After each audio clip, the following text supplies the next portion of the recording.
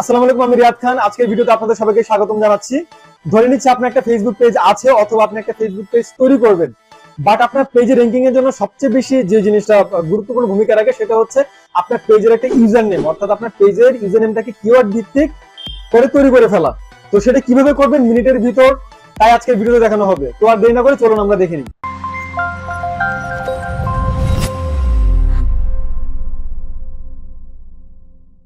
তো আপনি আপনার পেজের ইউজার নেম সেট করার জন্য প্রথমত আপনি আপনার ফেসবুক প্রোফাইলে আসবেন। সেখানে আসার পর দেন আপনার প্রোফাইলের আইকনে ক্লিক করবেন। সেখান থেকে সি অল প্রোফাইলস এখানে ক্লিক করবেন। দেন আপনি যে পেজটার ইউজার নেম সেট করতে চাচ্ছেন বা চেঞ্জ করতে চাচ্ছেন সেটা সিলেক্ট করবেন।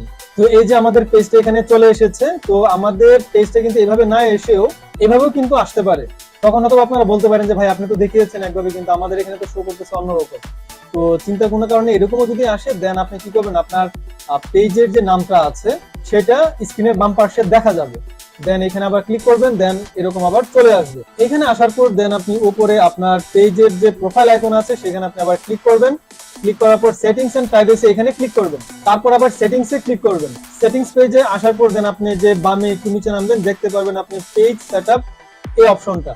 দেন এখানে আপনি আবার আরেকটা ক্লিক করবেন। এখানে ক্লিক করার পর এখানে আপনি দেখতে পাচ্ছেন যে সর্বপ্রথম নেম এই যে অপশনটা আছে এখান থেকে আপনি ভিউতে ক্লিক করবেন। ক্লিক করার পর এই যে এখানে আমরা দেখতে পাচ্ছি ইউজার নেম, এটাকে আপনি চেঞ্জ করতে পারেন। তো এর জন্য আমি এডিটে ক্লিক করছি। এডিটে ক্লিক করার পর দেন এখানে আপনি যেটা দিতে যাচ্ছেন সেটা দিবেন।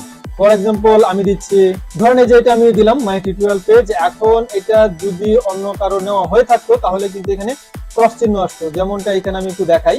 এই যে দেখুন এখানে ক্রস চিহ্ন আছে। এখানে কি বলা আছে, user name is not available. এটার অর্থ হচ্ছে যে আপনার এই ইউজার নেমটা অলরেডি আরেকজন ব্যবহার করে ফেলেছে, তো এই জন্য আপনি এই ইউজার নেমটা ব্যবহার করতে পারবেন না।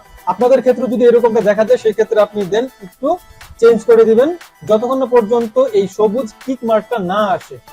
এটা আসার পর তার মানে এবার এই নামটা আমরা ব্যবহার করতে পারি।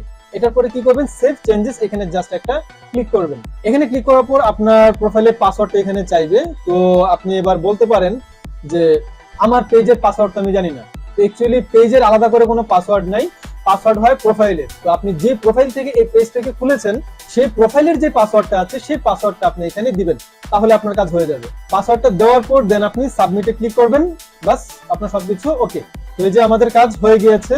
এবার আমি যদি আমার পেজের প্রোফাইলে যাই, এখান থেকে টিউটোরিয়াল পেজটা যদি ওপেন করি তাহলে এই যে দেখুন আমি যে ইউজার নেমটা আমি সেট করেছিলাম মাই টিউটোরিয়াল পেজ, এই যে আমার ইউজার নেমটা কিন্তু সেট হয়ে গেছে। তো এখানে একটা জিনিস খেয়াল রাখবেন, আপনি যে ইউজার নেমটা একবার ব্যবহার করবেন সেই ইউজার নেমটা কিন্তু আপনার যদি একাধিক পেজ থাকে, যে এখন আপনি এই পেজে ইউজার নেমটা আপনি ইউজ করেছেন, আপনার আরেকটা পেজে আপনি আবার এখন এখান থেকে ডিলিট করে দেন আপনার ওই পেজে আবার ইউজ করবেন, সেটা কিন্তু করতে পারবেন না।